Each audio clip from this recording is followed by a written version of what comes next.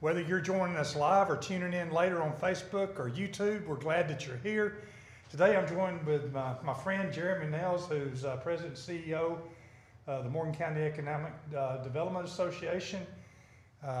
Jeremy has served as President and CEO of the Economic Development Association since July of 2005. In his role, he's responsible for overseeing the association's proposals, promotional marketing, materials, and industry recruitment. That's just three things that you do. I know you do a lot more than that. Yes. So kind of tell everybody what you do, Jeremy. Yeah, I mean, the Economic Development Office is over 50 years old now. This is our 51st year. I am actually the third director of that organization, and it's been really, really successful.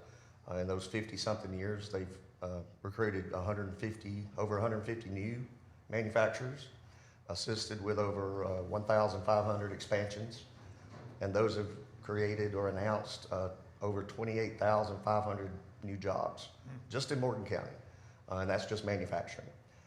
It also, accounts for tens of thousands of indirect jobs. So the EDA is also the Port Authority, so I have two boards that I serve.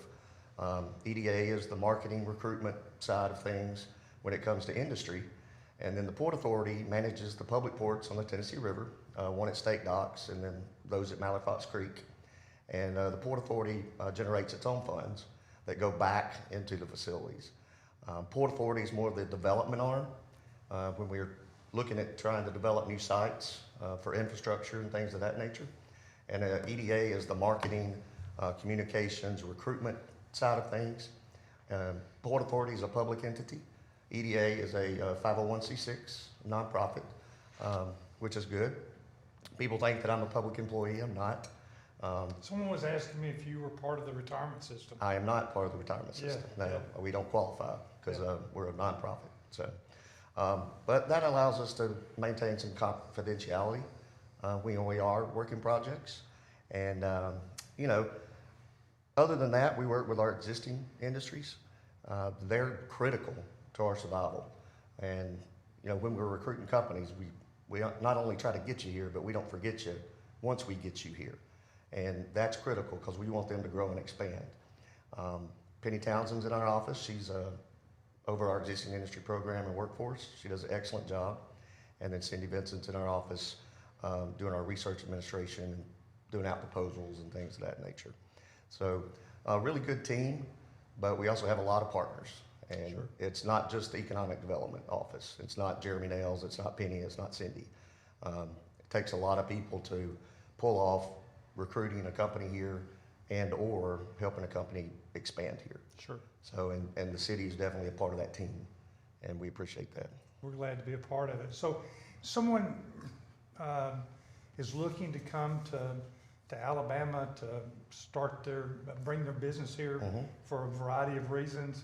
Kind of share steps that goes through so that they contact Montgomery maybe or the Canfield's office? There's a lot of avenues that a project can get to our office. They can call directly if they know they want to be in Morgan County or have to be in Morgan County. Sometimes they call our office directly. If they're doing a statewide search, they call the Department of Commerce, Secretary Canfield's office, and then those project managers filter the information to us. There's also site location consultants that we work with and that we try to have a close relationship with and let them know the benefits of Morgan County and being here and what we have to offer and what our targets are, what our available sites or buildings or anything that we have that we can market. If they know about us, they're more likely to think about, hey, this might work in Morgan County. So, it comes from a variety of places. TVA is another source. They have lead generators, North Alabama Industrial Development. And those are part of the teams I'm talking about. And sometimes our existing industries actually bring us projects.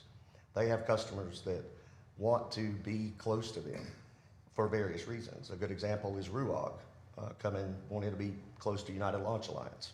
So they're inside. So they're inside the building now. They were making the nose cones in fairings in Switzerland, and shipping them over here. Now they're making them right beside where the rocket's made. It's nice. Another's Dynetics. You know, our existing industries have helped us bring in new projects. Another good example is IVXP. It was BP at the time, but they brought us Alphabet. And then also Polyplex benefits from what IVXP produces. So you try to find clusters and synergies, and that's when we meet with companies, that's one of the questions we ask is, hey, is there anybody that it would be beneficial if they were closer to you? And we get some good leads out of that. Good, good. So you mentioned Dynetics and of course RUAG. There's something that a real nice asset that we have that helps with them and ULA, and that's the Tennessee River. Correct. Yeah. So share a little bit about that. Well, I like to, we were talking earlier about, what's attractive to this area, what has helped us grow. And if you look outside my conference room window, you can see all the assets that have helped us grow. You've got 2 rail lines, CSX, Norfolk Southern. You've got great highway interstate systems with 31, Highway 20, 72, 565, 65. And then not everybody has a river and not everybody has ports. We are the busiest ports on the Tennessee River in terms of tonnage. And not only is it a great water source, it's also great for shipping large products. And that's exactly why Boeing originally chose us over other areas, is because we built a dock for them to ship their rockets. And not everybody has that luxury, so it sets us apart. And the river is really something that is unique to Decatur. Is it called the rocket ship now? It is rocket ship now. Yeah. It was the Mariner. Yeah, we were there for the christening. We were. That was a fun event. Yeah. So 2 interstate points. I can't. At one time, I knew the number of people that we could touch, like within 4 hours. About over 1 million people. Okay. Yeah. So that's nice for companies to locate here, knowing that they can get that radius. I looked one time at, I know Mazda Toyota's not in Decatur, but we're certainly going to get, our residents will enjoy being employees there and then bringing their money home and spending it here. But I know they were considering, I believe it was North Carolina. So if you take just do a radius out there, you cover half the Atlantic. Whereas from here, boy, you get a pretty big radius. You get the whole entire Southeast. Yeah. And, the automotive infrastructure that's been built here, starting with Mercedes and then Honda and Hyundai, has just added to the attractiveness of North Alabama when you couple that with what's already in Tennessee and Mississippi. So I like to say we're in the middle of it all, and we really are. Yeah. We're in the middle of North Alabama, in the middle of the Southeast, and you got to drive through here to get anywhere. Sure, sure. So I've had the privilege of going to some of our Southeast U.S. Japanese events with you. Right. And whenever we're there, a lot of your colleagues are there from the state and other states as well that you've developed relationships with. Right. Y'all are a unique bunch. Economic developers are a close-knit. We more like family. It's a relationship business anyways.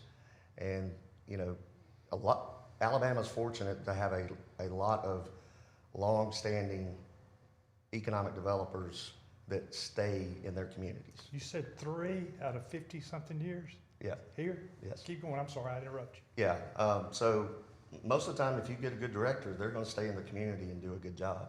And, we go to conferences together, we travel together, our families, if we know we're at the beach together, we go to dinner, we check on each other, especially during COVID.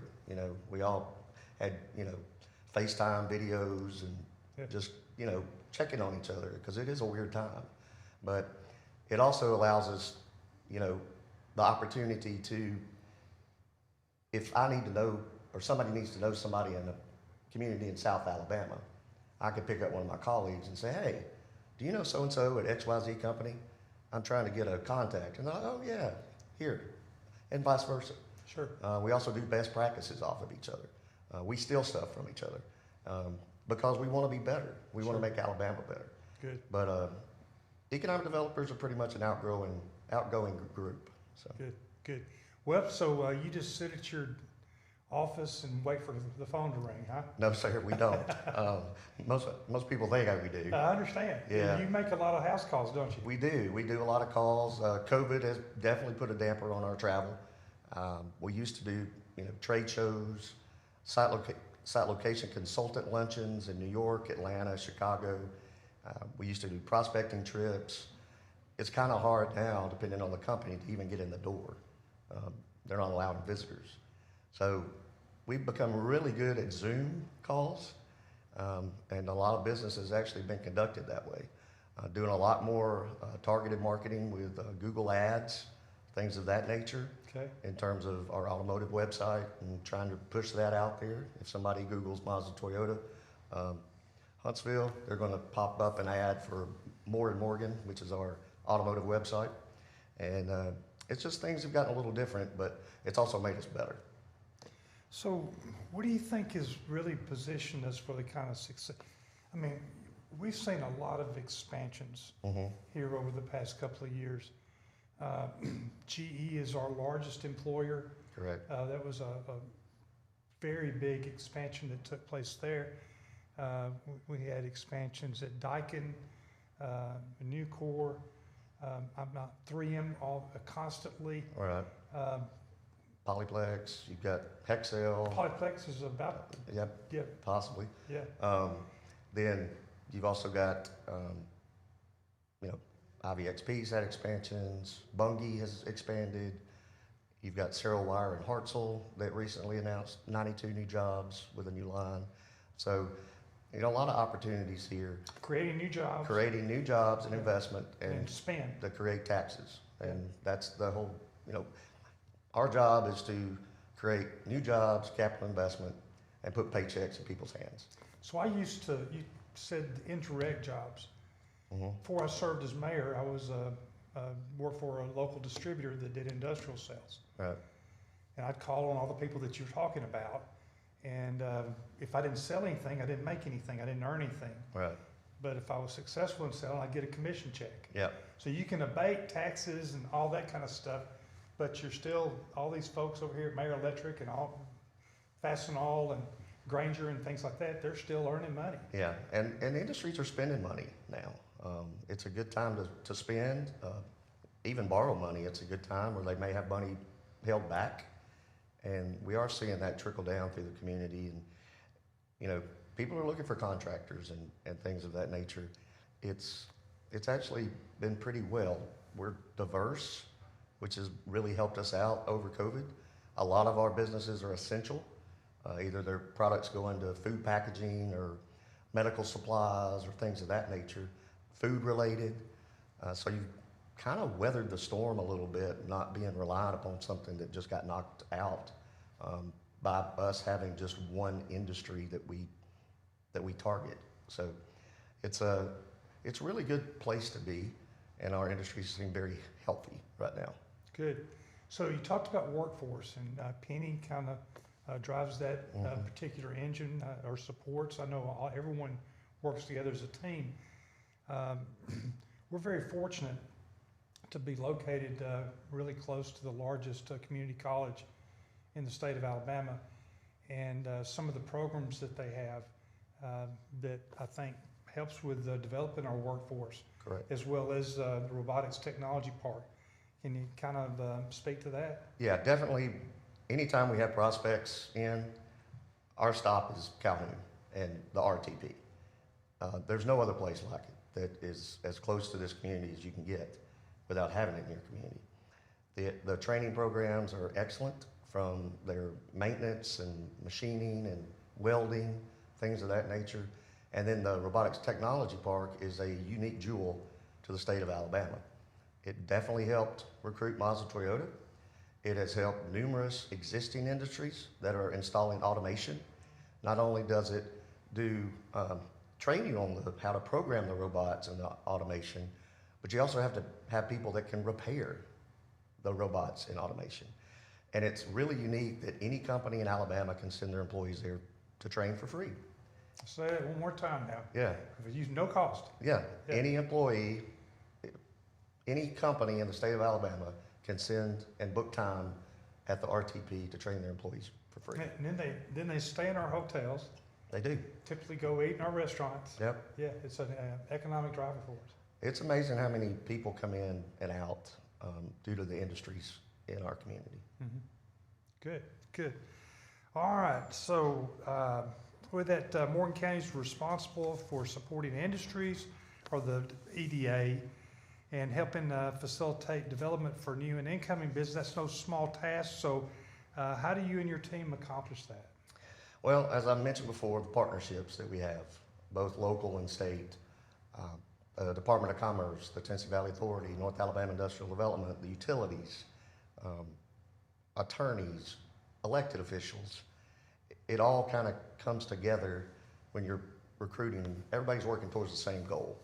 And, you know, we could do prospecting trips and go see site location consultants, but you also got to be prepared and have sites. I mean, if you don't have products, you're not going to land anybody. So that's another side of what we do, and that takes a good amount of effort and money, really, to do your due diligence on any property, as you well know. So, like I said, economic development takes time. Everybody thinks it's, you know, overnight and people are knocking down the doors, but every community didn't used to have a Jeremy Nails or a MCEDA. Now, pretty much every community has a Jeremy Nails or an MCEDA. It's working as hard Is as working you are. as hard as we are. Yeah. And they're doing the same things and going after the same projects. And so, you know, our partners, we rely on our partners a lot, not only for backing up on project support, but also data. We have tons of data, and we have to make sure that that data is correct and when we get inquiries in. And we have to keep our buildings and sites, databases up to date. We have to, you know, knock on doors. If we do get a call, we got to respond. Some days we have to respond the same day with a questionnaire, just because of, you know, 2021 is definitely the electronic age in terms of RFPs. We used to have weeks to get it done. Now we're lucky if we get 2 days because it's all done electronically. But we have pretty much everything on file that we need. We work on that in the downturns and see what we're missing, see how we can revamp it, see what needs to be improved, what studies need to be reperformed every now and then if something's changed, and just try to stay on top of that. Good, good. Well, I've heard, I count you as a friend, and with that, I know that you're able to, you're very good in the boardroom, but you're also good on the plant floor.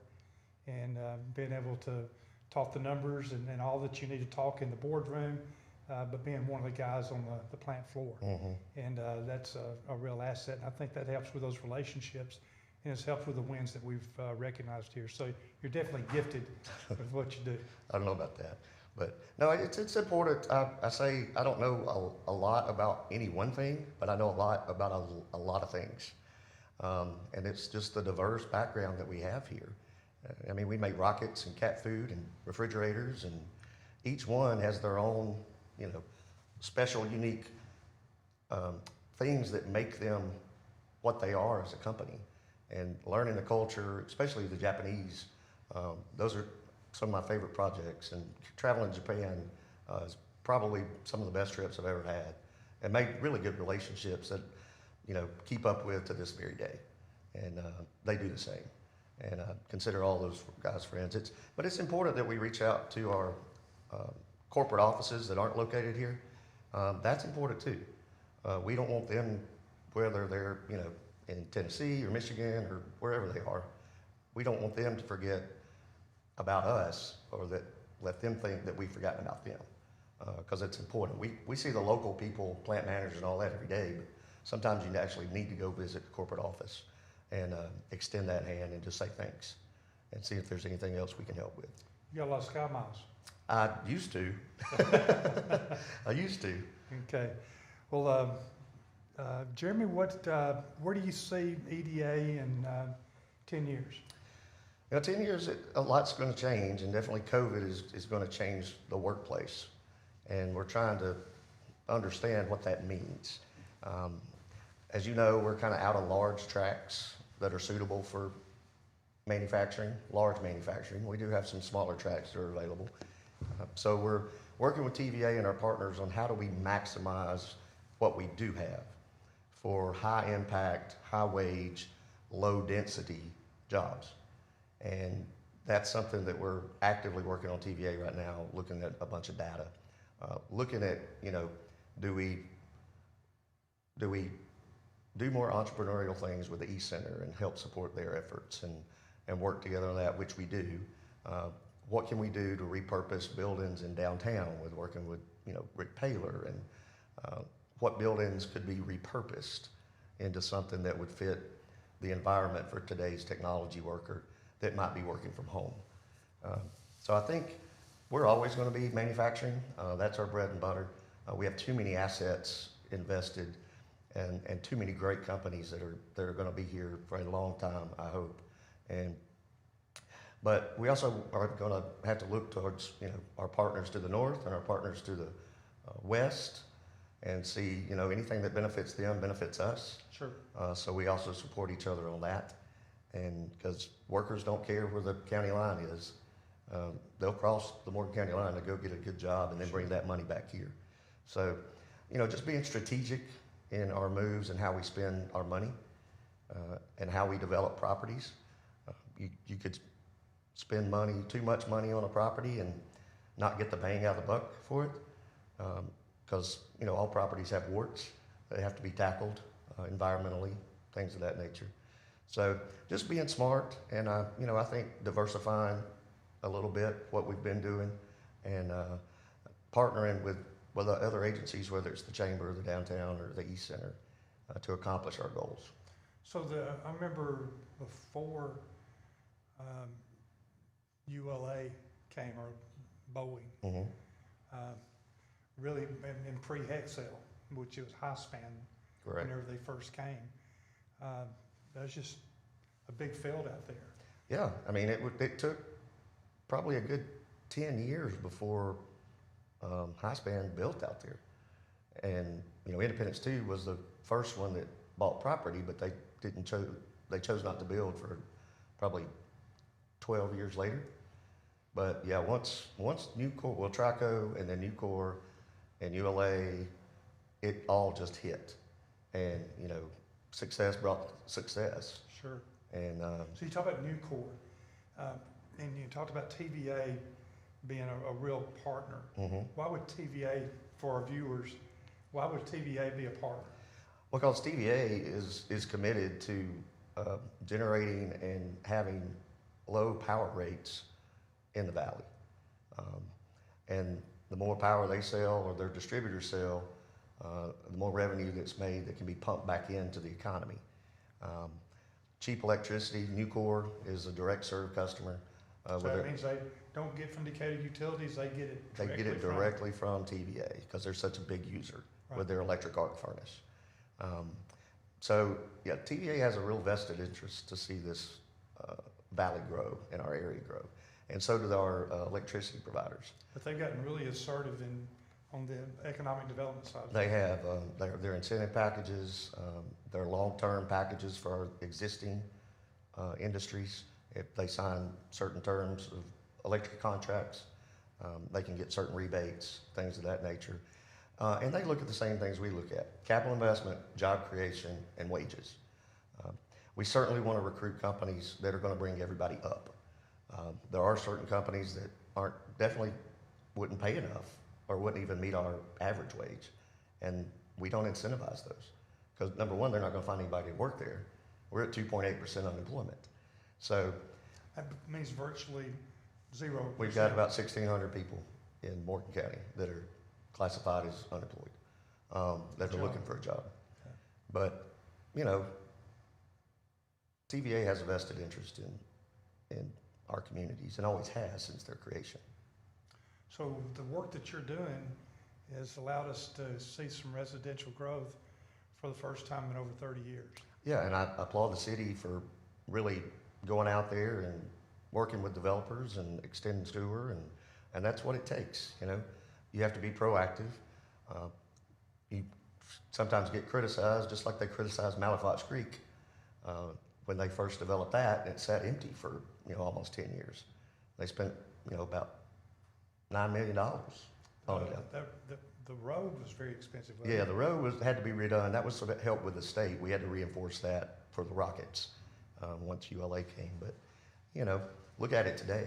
You've got billions and billions of capital investment out there, thousands of jobs, thousands of payroll, millions in school taxes, millions in city taxes, county taxes, business license. I mean, it's a trickle-down effect. Sure. And it allows people to, buy braces, buy cars, buy houses. And Mike Roberts, first person I worked for in economic development, said, if you can put a paycheck in a man's hand, you've done your job. Nice. Yeah. Nice. And you recognize Mike and Tommy Ed? Tommy Ed. Whenever you had your 50th anniversary event? Yeah. Miss those guys. Taught me a lot. And they lived in a different economic development world, but they had so much knowledge and still keep up with their families today and keep their memory alive. Good, good. Well, listen, you keep, we'll wrap this up so you can go sell some more jobs. Sounds Bring good. some more in here. One last thing, because you were talking about partnerships. On our residential growth that we're recognizing, that took a lot of partners as well. Our chamber was very involved, is very involved in that. Mm-hmm. We have a lot of business partners, just citizens that give of their time to try to help stimulate residential growth. So same with your board. You have a board that serves. And how many board members do you? 16. That's a big board. Yep. And Mayor Fowler sits on the board, doesn't he? Mayor Fowler is still on the board. He stepped down as chairman several years ago, but stays active. I hear from him quite frequently. He's still one of our biggest cheerleaders. Yes, sir. He's an encourager. So Senator Orr serves as your chair? Yes, Arthur is our board chairman at the time. Okay, Yep. good. I think he goes into legislative session Tuesday? This next week. Yeah. Yep. So Yeah, he'll be hard to catch. Very good. Well, listen, thank you so much for joining us today. Remember that you can sign up for our newsletter by texting Decatur to 42828. And our next edition will come out February the 5th. Jeremy, thank you so much for joining us. Yeah, thanks for having me. Yes, sir. Appreciate you, your family. You got one Addie growing goodness. Junior? She's a junior. My goodness. Yeah. Listen, our next update will be next Friday at 3 p.m. and we'll see you then. Be safe. Bye. Thank you, man. Yes, sir.